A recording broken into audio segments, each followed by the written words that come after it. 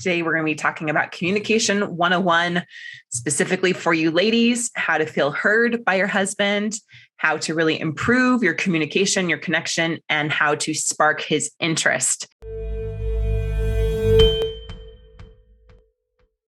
Welcome everyone here to the Thriving Marriage Podcast. So I'm Heather Cho. I'm here with Mark Johnston. Now I know, Mark, you and I are both recovering from some illness that has been rampaging through our family the last few weeks. So how are you doing? Well, I appreciate you asking. I'm feeling much better.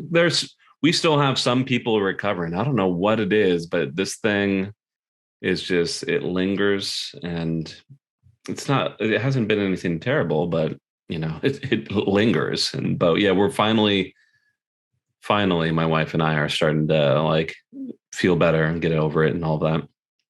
Same here. So if I sound a little stuffed up, it's because I am.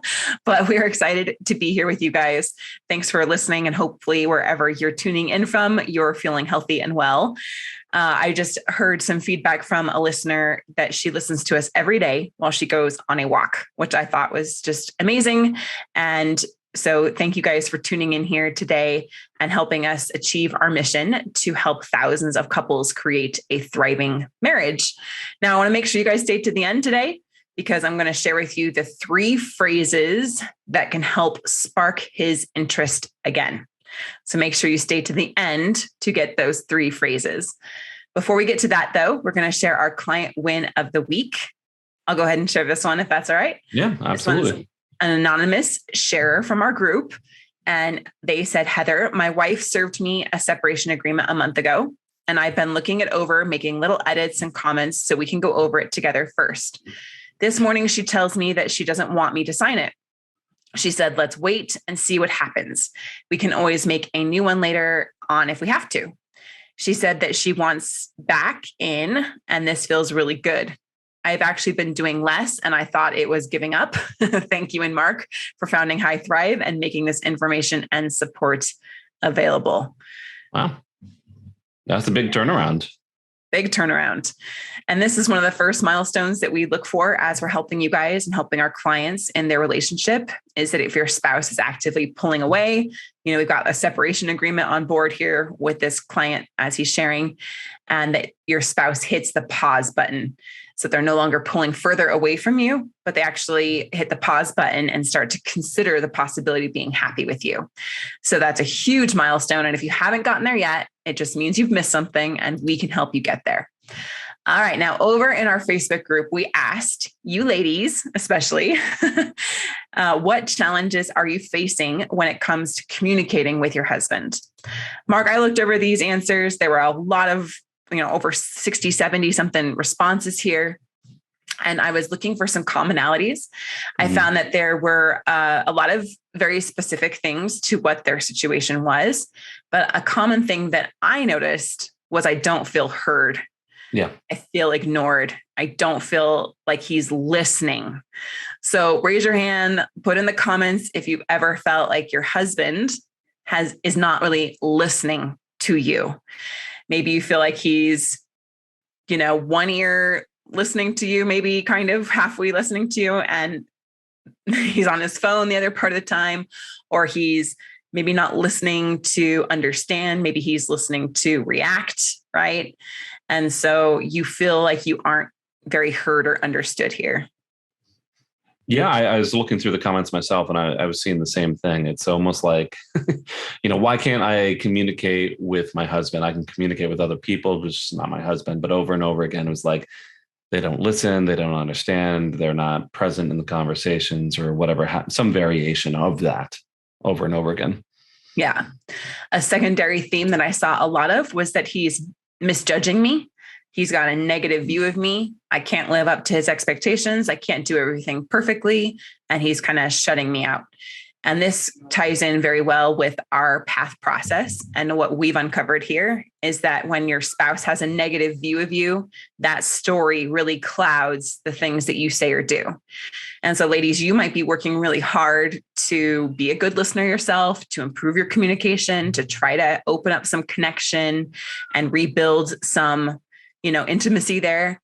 But if he is looking at you through the lens of a negative story or narrative, then he A, isn't going to see it, or B, he's going to see it, but he just doesn't care. That's typically what we see. And I know that sounds kind of harsh, but that's what we often see when relationships are on the verge of divorce. And so being the ICU here, we want to present some solutions and some ways that even though things might be really challenging in your marriage right now, and yes, it's specific to what you're going through, it's not a cookie cutter approach. There are some broad level overview things that we can do to improve our communication, to help you really feel heard by your husband and to help spark his interest. So let's dive right in. Yeah. Now, my thought with this is, like, okay. I think you and I have talked about this a little bit, Heather. Like I personally try to avoid these kind of discussions. Like women talk to your men like this. And like, it's kind of this assumption that, okay, it's that same, like men are from Mars and women are from Venus sort of discussion, like I know that I can't even remember when that book was really big, but that, I do recall that being around. That's been around for like a long time.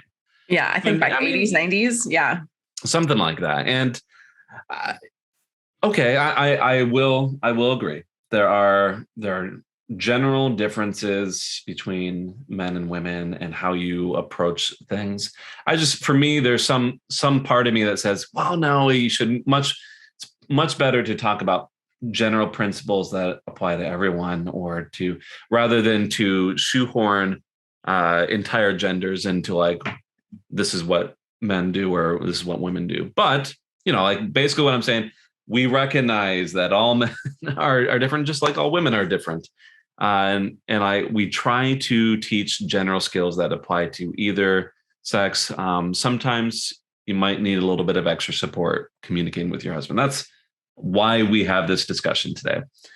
So I thought just like a good way to direct this discussion was just to kind of go over, yes, some stereotypical tips, but I think it's for that more stereotypical husband who is maybe having a little bit hard time engaging in those kind of conversations that you want him to engage in. I thought we'd just go over a bunch of tips. Before we get into those, like I'm thinking to myself, like, okay, well, why is that stereotype there? Why is the common complaint that men or husbands aren't really engaging in those conversations, aren't really listening? Where, most of the time you can say, I can go talk to my female friends about this. I don't know what, I'm going to put you on the spot here, Heather. What do you think it is about men that make this stereotype at least partly true? I've heard every different theory under the sun as far as this goes. And yeah, I've heard everything from like men tune out women's voices. Like literally the frequency of our voice is something that men just like tune out because it reminds them of their mother's nagging voice. And, another stereotype is women tend to nag when we don't feel heard. And so as mothers, sometimes we're nagging our kids. And then after so much of that nagging, the brain just goes, I'm just going to tune that out. And then that carries over. I've heard that theory. I've heard a theory that the frequency of it goes to the frequency of our voice is something that men don't pick up on in the same way that they do another man. Just all these different theories and studies done out there. I'm not really sure how much there is weight in any of those things, because I do know that when a man cares about his wife, he will listen. Mm-hmm. And I feel like there are more actual skills that need to be developed. There's some things that maybe women do stereotypically. Again, we're talking about stereotypically or commonly. Again, not every single person is going to fit this. And that's why Mark and I really don't like playing this angle. But there's a lot of things that us women do, I think, that are patterns or habits that we pick up from our mothers or from our culture that then make it hard to communicate. Mm-hmm. One of those being expecting a man to read our mind, expecting them just to know what's going on for us, expecting them to read between the lines. And somehow it seems like women are able to do that better with each other. We're able to pick up on like the subtle nuances and the implications. And men tend to just want it a little more straight. They just want it like straightforward, get to the point, tell me what you want, tell me what you're trying to communicate here. And women tend to sometimes dance around that. And then we'll make up a story when they don't understand us, when they don't read our mind, that they don't care, that they're not really listening, that they don't understand us. And if he loved me, then he would just know that I want this thing, or he would know that that's really hurtful to me. And we play some mind games. So I think some of those become some barriers in helping women and men really understand each other. What are your thoughts on this, Mark? Well, my thoughts are, it kind of goes into like, what are men and women used to? And I do think that you made a good point there where, women are able to navigate those like nuances a little bit better. But, I think it's partly because just growing up, there's a little bit more value placed in just having casual conversation. Maybe I'm just, antisocial, but, there are times when I'm like, okay, I'm having a conversation and, it's fine. But, at some point I'm like, okay, let's get to the point. Let's actually do something. And, like that's another point here is like, I do feel, at least I experience this myself. I prefer to connect with people over shared activities. And I do know that many women, there's a lot of enjoyment having connection over shared conversations. And I'll certainly talk with my wife over it, about the things that she's interested in or vice versa. But I tend to, be done with that a little bit sooner than my wife does. Mm-hmm. And I think that's, when we then add on top of it extra stresses in the relationship or some negative views, then we have bigger problems and more issues with communication. So, right. A lot of the tips that we wanted to talk about today kind of go along with those sort of ideas. Just some inherent preferences that men or women stereotypically tend to have. Where the stereotype is men tend to be a little bit more straightforward and it isn't quite as rewarding just to sit in a conversation. So we keep those kind of ideas in mind. So right. Another one I just want to touch on real quick is like stereotypically men aren't as comfortable with their emotions, right? And women are maybe more comfortable expressing their emotions. One thing I saw in the group, in the comments that I saw a lot, was that he doesn't like how I'm so emotional all the time. Yeah. And there seems to be some kickback that a lot of you guys are getting from your husbands about your emotions. And some of it called it complaining, or, another word I'm not going to say, but when we just kind of go off emotionally on an emotional rampage, and our husband may be more like, hey, I'd rather look at this maybe more analytically. And so that's another one of those stereotypes, is that men aren't comfortable with their emotions. They don't want to share emotionally. They're not really like as emotional creatures as women are. And so that's another thing just to talk about. So let's dive in though, and let's talk about some of our tips here.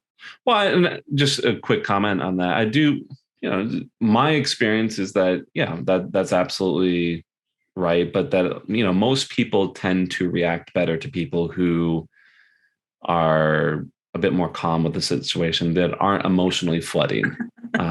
But yes, I think you're right in that women tend to have a higher tolerance for that. Anyway, the tips, the tips. I mean, that's the whole reason why we're here, right? And the first tip here, I think this is a good situation, just, a good thing to have in here anyway, whether this is with men or women. But yeah, I think, especially with men, is discuss with him a good time to talk. I tend to see problems. Let's say that you're both coming home from work. It's the end of a stressful day, and perhaps there's expectations to be able to relax or something.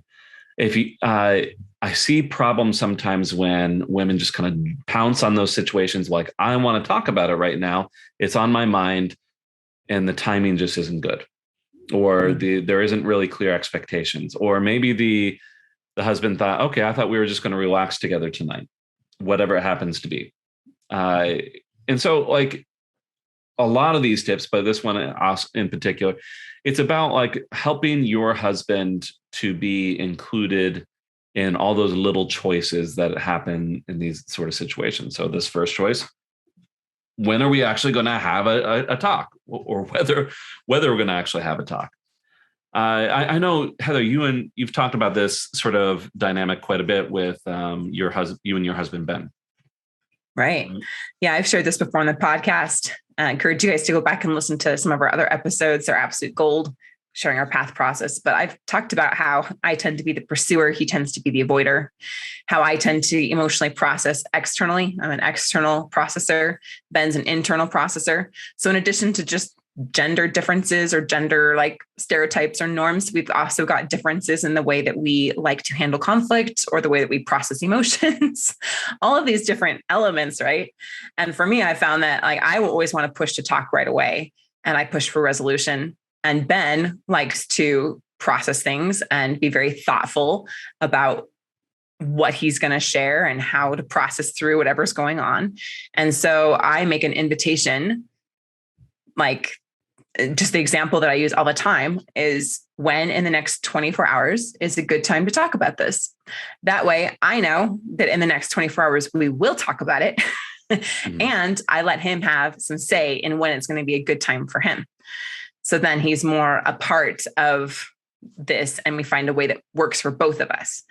So like when we invite our spouse to talk, they're going to wonder why. And they're almost always going to go to thinking, oh no, here it comes. Oh crap, here comes the big thing. I don't want to deal with that. Like, what is she mad about now? What did I do wrong? Am I going to be put out in the doghouse again?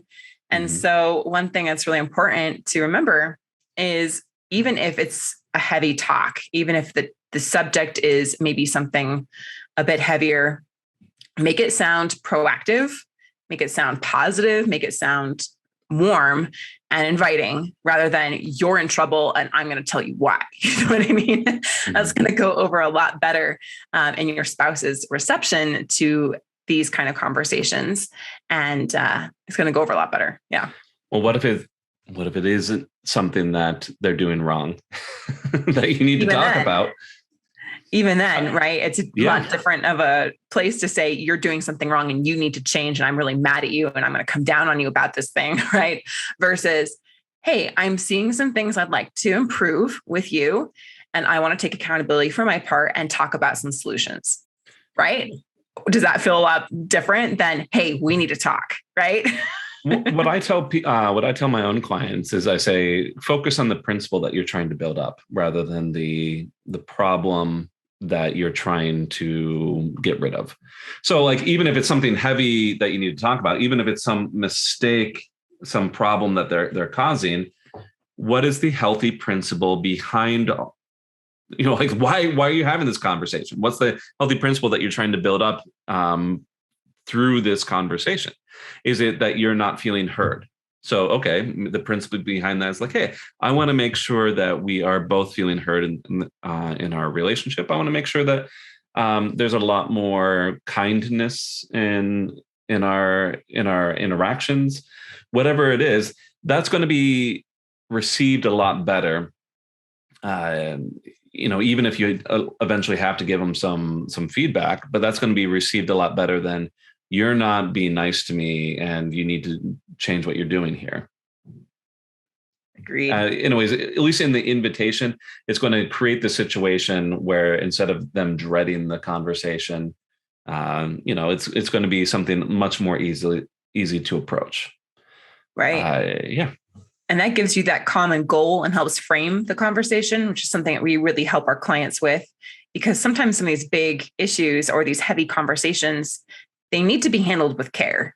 If we just go in very emotionally and reacting and kind of just emotionally vomiting everything, again, you're really not addressing the principle that you actually want healed or improved in the relationship. And so, making sure that we frame the conversation so it's going to be as effective as possible. And again, that's something that we're not really taught, but it's absolutely a skill that you can learn, and it can create connective communication. So think about it, ladies. I mean, we're especially talking to women today. Would you love to come away from conversation feeling heard, feeling respected, feeling closer, feeling like trust is being restored, feeling like it's safe to be vulnerable, that you can be who you are and you're accepted for it, and that your husband can come away from the conversation feeling uplifted, feeling positive, feeling supported, feeling heard, respected, understood, appreciated, all those things. So that's the kind of conversation that you can learn how to do. It's a skill. It's not taught. It's not modeled. And if you haven't gotten this right yet, then don't shame yourself because you just haven't known. But this is something that you absolutely can learn. And the benefits are amazing. Even if you're talking about really hard, heavy things, you can actually come away feeling like a weight is lifted and that tension's being reduced, that you're getting a little bit closer each conversation, and that you're both coming away feeling better. That's the goal. If you have conversations right now, you're becoming more disconnected, more volatile, you come away feeling yucky, then it just means that you've missed something. So Our second tip here is bring him into the conversation. Okay. Mm-hmm. Instead of just plowing through everything from your perspective, it needs to be a conversation, not just a dialogue, a monologue, but truly a dialogue.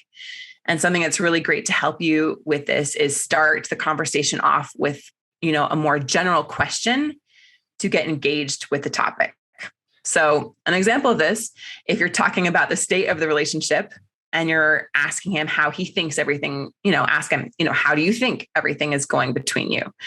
If you're wondering, about being heard, you're feeling not really heard, you can ask him, do you feel heard in our relationship? Do you feel understood? And kind of opening things up with a general question. Yeah, it's a much better way of getting into the topic rather than starting off with the accusations or the problems.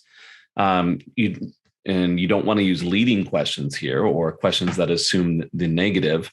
You're trying to get him engaged rather than trying to explain things.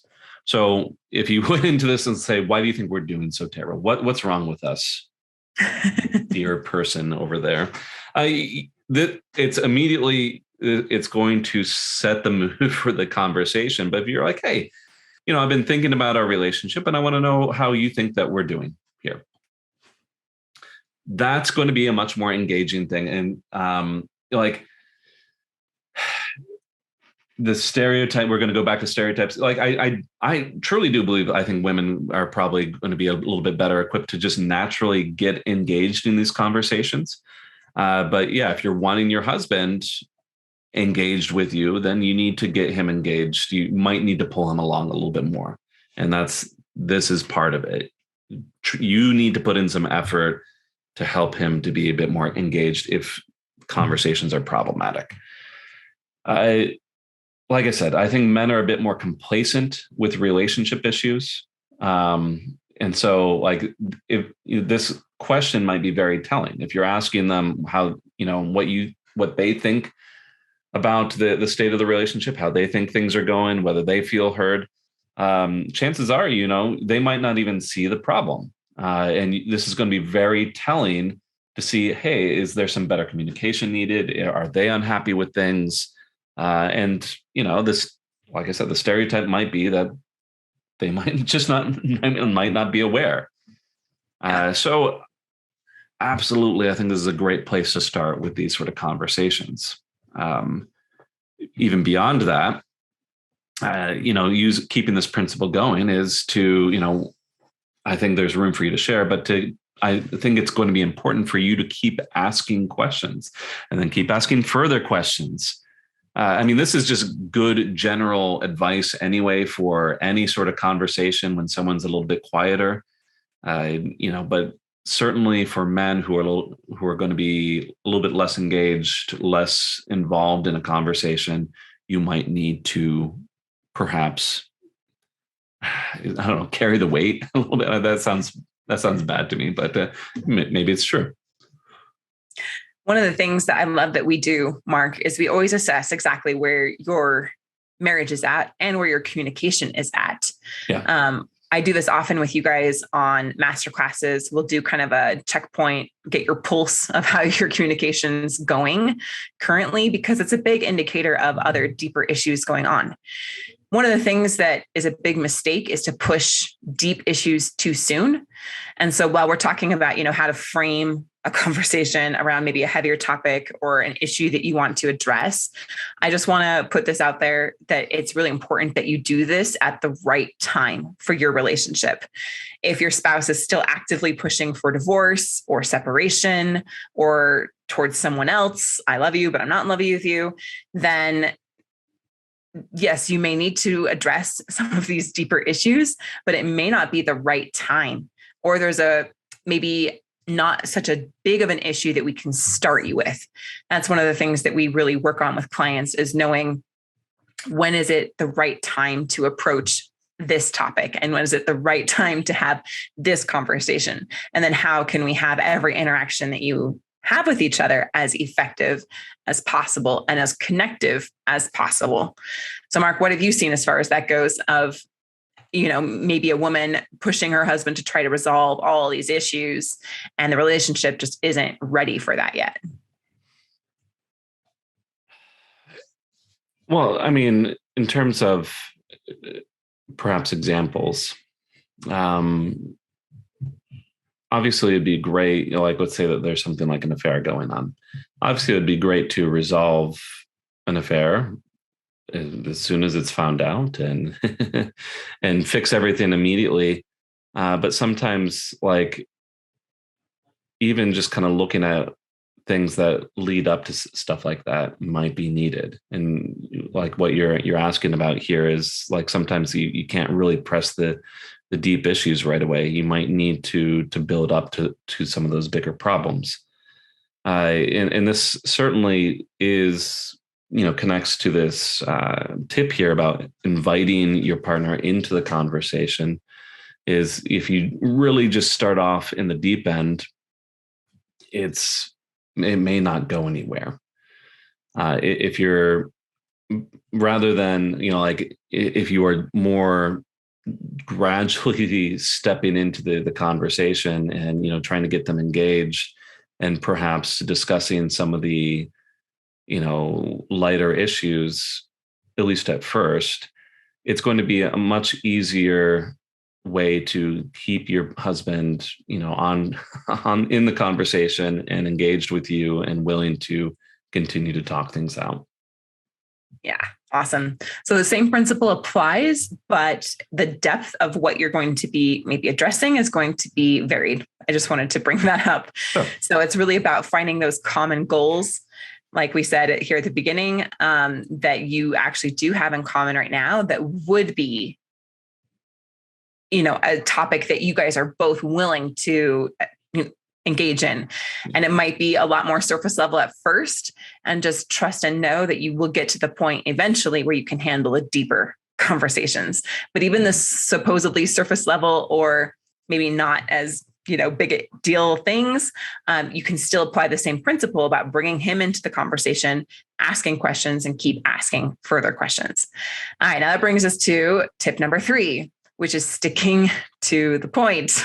It almost seems to me like it's a little bit opposite of what we were just saying. We were saying, okay, let's gradually get into this, and then let's, build it up and get into deeper stuff later. But yes, this idea of sticking to the point, I think that the previous comment is more about, like, okay, where do you start with conversations right now versus maybe another conversation later? This is more about an individual conversation. I don't know how you view this, Heather, but I think the stereotype here is that men tend to under-explain feelings, and when women tend to over-explain feelings, and men tend to be a little bit more logic-oriented and to appreciate a more direct conversation about emotions in the relationship. So when I'm saying stick to the point, this is exactly what I'm talking about, is perhaps don't bring in all those past examples of why you've been upset.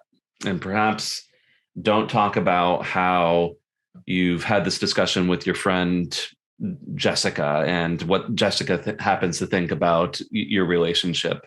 And perhaps don't bring in, the example of like what happened between your husband and the kids. Like, okay, let's rein some of that in. And maybe instead of using 10 examples, maybe just one example or something. Like, let's just rein it in a little bit, is what I'm saying.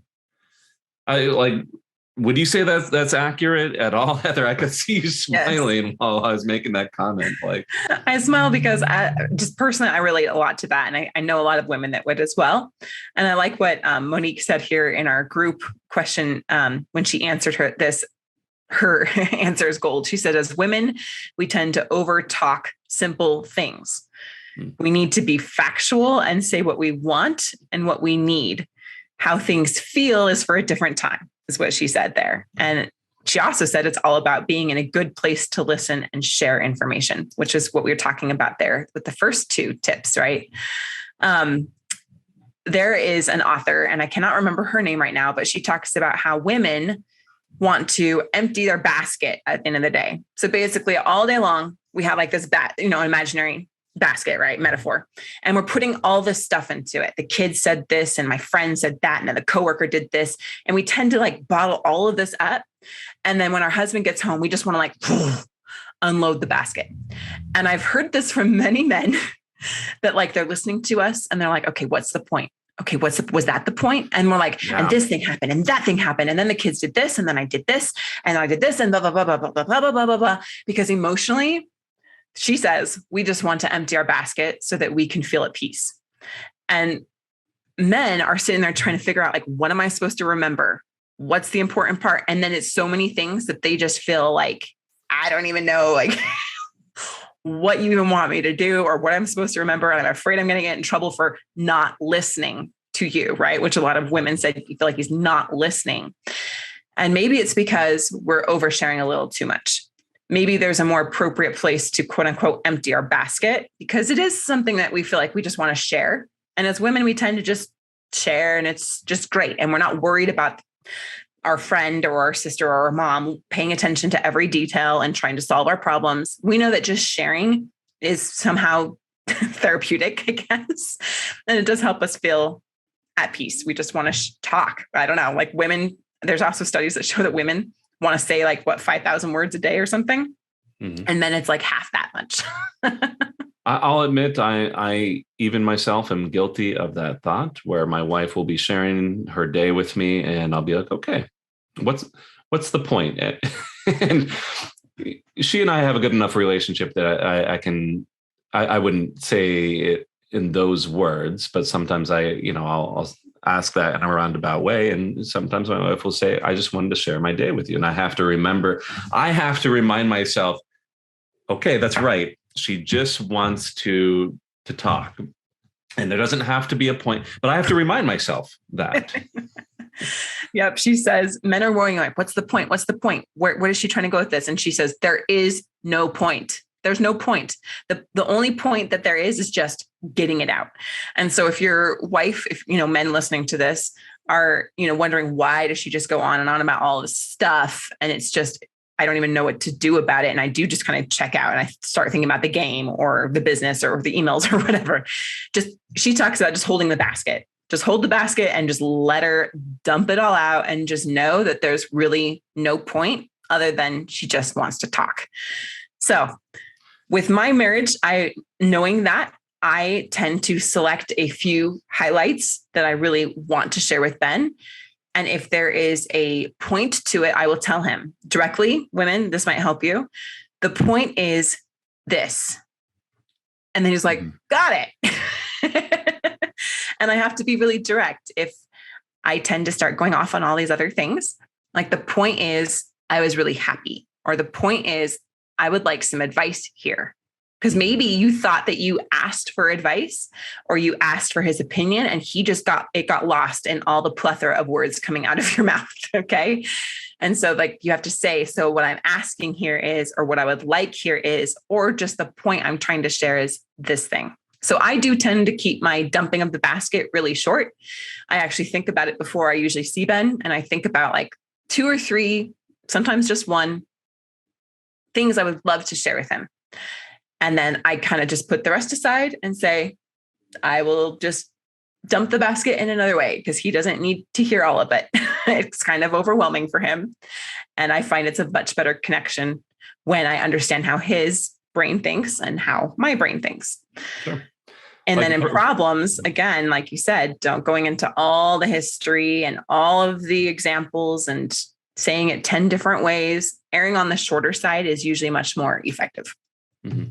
For my own relationship, as long as I know that my wife is just wanting to share, and that's the point, then I'm more than happy to hold that basket for her, as you put it.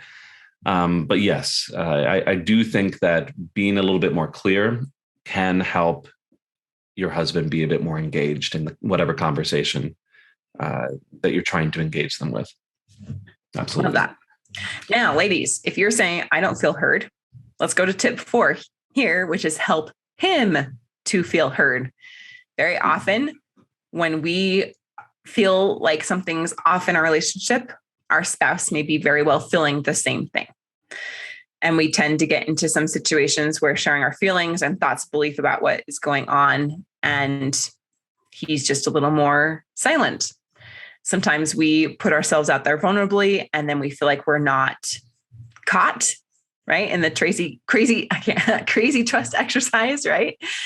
And then we tend to pull away and maybe not hear or understand them as much because we didn't feel heard or understood as well.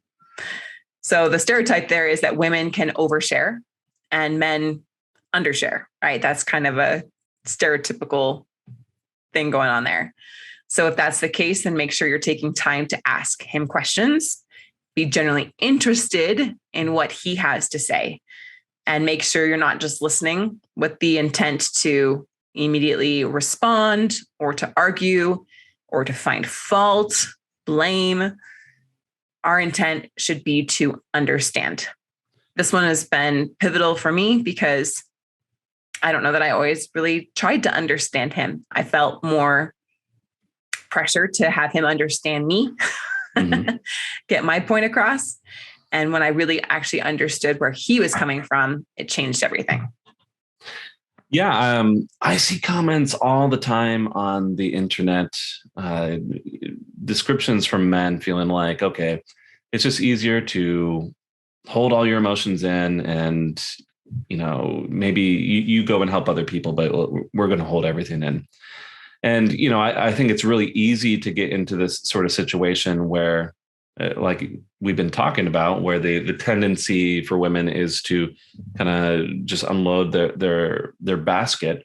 Well, if you're having issues communicating or having your husband engaged in the conversation,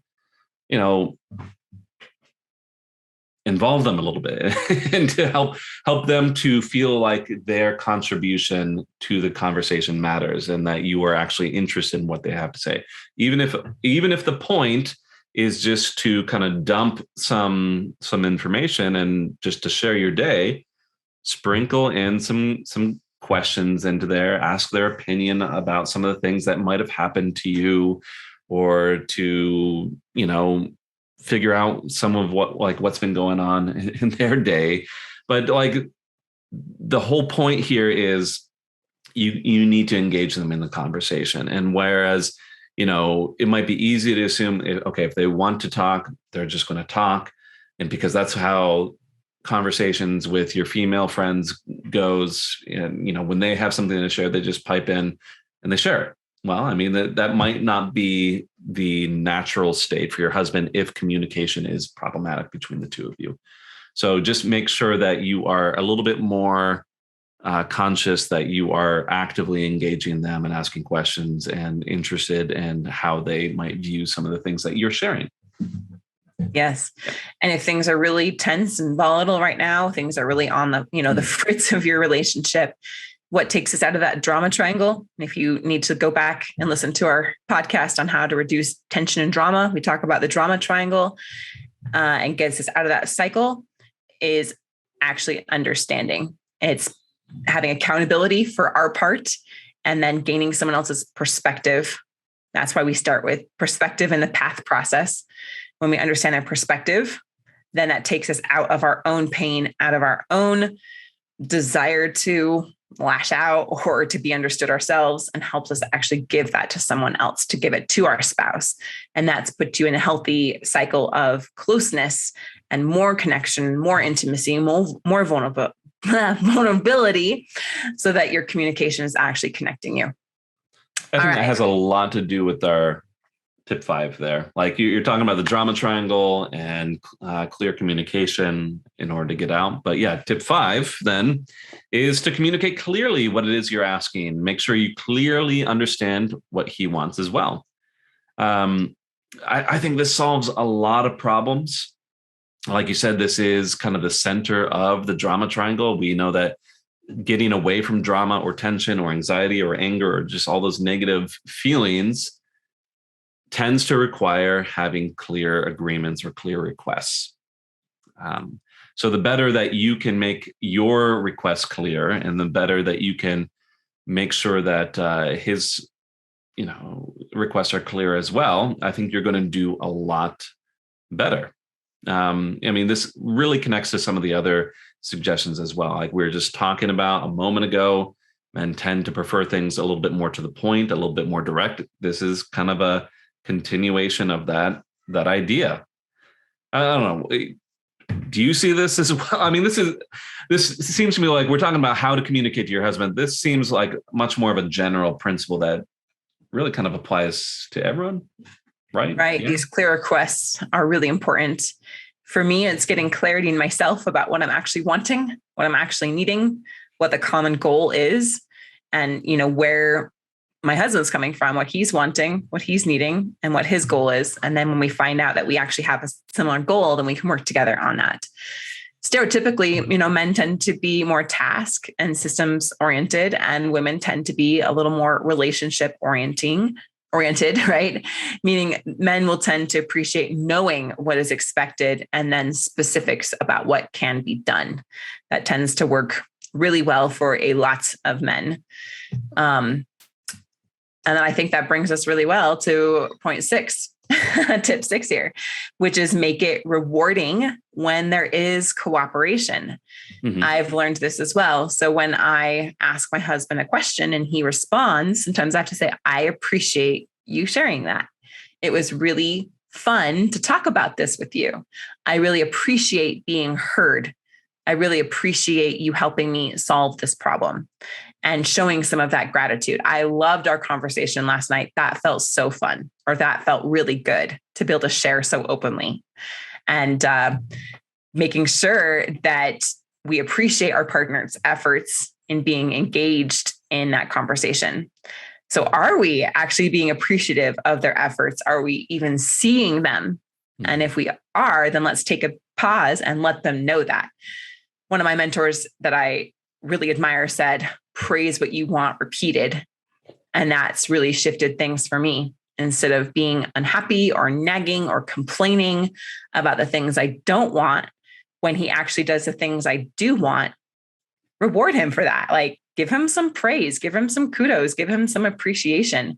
And he just lights up, and he will go to the moon and back to do more of that for me. Because I know that at the end of the day, most men want the women in their lives to be happy. It's true. Like most men do. They have like 2 primary objectives: to make money and make the women in their lives happy. Stereotypical, but there's a lot of truth to that. And so when you give them that reward, it will encourage them to want to do it even more. I'll tell you, going along with this, it would just, for me, I'm going to speak from the male perspective. If my wife came and said, hey, I really want to just tell you about my day, but then I really want to do something that you're really interested in together. Mm-hmm. Here is this conversation that she would want me engaged in. And it seems almost odd to talk about it as a reward, but this goes into those kind of stereotypes where, okay, women, the stereotype is women are connecting around emotions and conversation, and men tend to prefer shared activities. I definitely noticed that within my own marriage that is true. And if my wife were to approach me and say, hey, I want to talk about this, but I'd also really like to rub your back while we have this conversation, I am right there. Or if she said, I'd really like to talk, and share my day, and then I want to do this other thing for you. I want to go out and have an adventure, go out on a date, or watch this movie with you, or do whatever. I'm going to be right there and very engaged in that conversation, because I don't know, it feels like my wife is being mindful of the things that, the ways that I appreciate connecting with her as well. Yeah. So it is very much this principle of, okay, if you want that conversation, make sure that it's going to be rewarding. And, the conversation itself, while if everything is good, great. Your husband probably wants to have that conversation with you. I'm just going to say, hey, it's going to be more rewarding if there are other pieces, like there's this other side to it as well. If there's the shared activities, or there's the things that are a little bit more rewarding for him. Yeah. So ladies, let's make sure your husband knows it when we appreciate their cooperation, when we appreciate them having a difficult conversation with us or being engaged.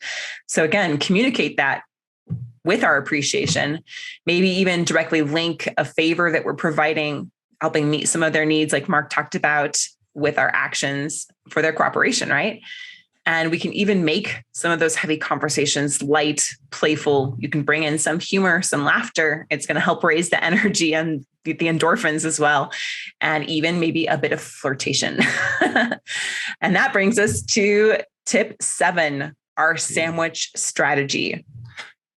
I mean, this is not just like conversations between husband and wife. I know I've heard this elsewhere. I can't remember what the context is, but I'm pretty sure most people have heard of like a sandwich strategy. I think we talk maybe in like written correspondence is part of how it is as well. But, it's starting out positive, maybe then having like the feedback or the heavier items if you need to talk about heavier items, and then ending positive as well. Especially if you're ending positive, playful, flirty, perhaps even sexual. I bet that your husband will be more than happy to have more conversations like that if that's how you're ending. Not to get into too many details, but if my wife is ending a conversation like that and is being very flirtatious afterward, you can bet I'm going to be there next time, very, very much engaged in the conversation. So, yeah, I mean, I think everyone appreciates this sort of approach. Is it, that starting good, then dealing with stuff that you need to and ending good. Everyone's going to appreciate that sort of approach. Would you agree? Yes, I absolutely agree. And this might be a huge pattern interrupt if your conversations have been very far from this. Again, remember that all of these things are things that you can learn. They are skills that you can learn and new habits that you can develop, and it will start to change everything for you. And we will be happy to help you along the way. All right. So I'm going to share with you guys now, or you ladies, 3 phrases to help spark his interest. So we're going to take the culmination of the principles that we just learned, the tips that we just went over, and I put these down into 3 phrases that you can try out, depending on where you are, and making sure it's at the right level for wherever you are in your marriage. Okay. So first one is, I'm really interested in something about them. Notice something about them. I'm really interested, and I really love how you are so engaged with the kids. It makes me really interested to learn what you're doing with this goal that you're working on. I'm really interested to see, why you're so motivated, what motivates you about working on your fitness and maybe competing in that challenge or something. So it's making something specific that you noticed about them and showing them that you're interested in that. Maybe it's a hobby. Maybe it's something like, maybe you've been like brushing it off, or you maybe even been jealous that they spend so much time doing that thing, golf, or I don't know, whatever it is.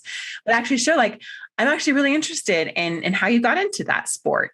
I'm really interested in, what led you to do that, and showing some interest in them. As we show interest in them, it is always reciprocated. We are always interested in people that are interested in us. That's a general human thing. Male, female, doesn't really matter. But you remember when you're in like middle school and you found out that someone had a crush on you and you didn't even like notice them before, but then all of a sudden you're like, oh, I think he's really cute, right? Why? Because they showed some interest in you. So by you showing interest first, it will help to spark his interest in you. Second one, I appreciate blank about you. Again, we talked about appreciating when they are listening, appreciating when we do feel heard, but whatever it is that we appreciate about them, that's genuine and sincere. And we want to make sure it is something that we actually do appreciate and letting them know that. Again, that gratitude is so healing and it helps to open up doors and reduce some of the barriers that might be between you. It might be something that you need to take in context with where you're at right now, but you could say, I appreciate that you're wanting to spend extra time with our son at this time. I know it means a lot to him, right? And that might be something that's totally appropriate for where you're at right now. If you're a little bit closer and more connected, you can say, I appreciate that I can share so openly with you and that we can have such an amazing time, and again, the more specific, the better. And then the third one is, I feel safe with you. I just did a YouTube video about how to become irresistible to a man. And this is one of the biggest things that men love it when we tell them we feel safe with them. And when we reward what we want repeated, right? Praise what you want repeated. You do want to feel safe with him. He does naturally, instinctually want to protect you and have you be happy. And so when you say, I feel safe with you, he will go to the moon and back to do more things to help you feel even safer with him. So try out one of these, leave a comment, let us know how it goes. We read every single one of your comments. Would love to see how this helps you in your marriage. Now, if you're wanting more help with this, we have a totally free marriage assessment that we can do with you. And you can get that at highthrivecoaching.com/apply. Fill out the quick form and we will do an analysis of where your communication is at currently and how you can start to learn some new skills to get some new results, to learn the things that you just haven't been taught up until now, but now you can learn them. All right, awesome. Let's go to our marriage myth buster. Our marriage myth buster is that in your marriage, you should never feel rejected. I should never feel rejected by my husband. If he loves me, if our marriage is good, then there's no elements of rejection. Mark, what is your take on this? Well, I mean, like the idea behind it seems to make sense. I mean, you're not in a relationship to feel rejection. I mean, that's clearly kind of the opposite of why people are in most, for the most part, are in relationships. But that kind of goes out the window when you really look at long-term stable relationships. There's a lot of ebb and flow to relationships. And as an example, I might not always 100% of the time want to spend every single minute with my wife when she wants to spend time with me, or vice versa. I think we're all kind of aware of this principle that it's okay for there to be some amount of rejection. I mean, we have these stereotypes of men chasing after their wives and the wives faking headaches and saying that they don't want to have that romantic evening or whatever it happens to be. We kind of understand that it's there without really actually talking about the principle behind it, that, hey, to a certain extent, there needs to be some ability to have some autonomy and some free will and some ability to say no sometimes. Mm-hmm. And that there needs to be some room for there to be a yes at other times. Basically, this comes down to if I were to talk about like what the principle is here that makes it healthy, is that there should be some ability to provide feedback. But if you really hold on to this idea that there should never be rejection, you're saying, no, there should not ever be feedback within the relationship, that at any given point, your partner should want to be with you, whenever it is that you wish. Most of the time, partners really, in my experience, if everything's going well, most, partners aren't really trying to intentionally reject the other person. They're simply perhaps needing a little bit of space, needing a bit of time to themselves, or needing to recover in some way. And it's not necessarily rejection. So like what we're getting at here is it is okay to reject sometimes. Does this mean that you shouldn't address feeling rejected? That's not the case either. I said a moment ago, like the principle behind this, the healthy principle is that feedback is okay. Whether it is feedback that you says that I need a little bit of space and I'd like some ability to reject right now, or whether that is feedback that says, hey, I'm feeling rejected, and when can I not feel rejected? That's the healthy underlying principle, is the ability to have these conversations. So the best situation is where you can come to an agreement where you can each get what you are looking for. So that this idea, you should never feel rejected, is not even the right question, not even the right problem at all. It's this other thing over here. It's this issue of feedback. And that's what I have to say about that. Love it. Awesome. Thank you so much, Mark. Thank you guys for listening. If you liked this video, if you found it helpful, give us a thumbs up, comment what stood out to you the most. Let us know how your communication with your husband is going. Any barriers that you have that you want feedback on, we will respond to every single comment. Make sure you subscribe here to our channel on YouTube if you want more videos on how to have a thriving marriage, no matter what. And next week, we're going to share with you Communication 101 again on the opposite side, how to communicate with your wife, and 4 phrases to melt her heart. If she's being a little bit of Elsa, Snow Queen on you and feeling really cold and distant, this one's definitely going to be for you guys. Thank you all for watching, and we cannot wait to see your marriage thrive. Thanks for listening to The Thriving Marriage, your A to Z blueprint for not just surviving marriage, but thriving. Until next time, my friends, thrive on.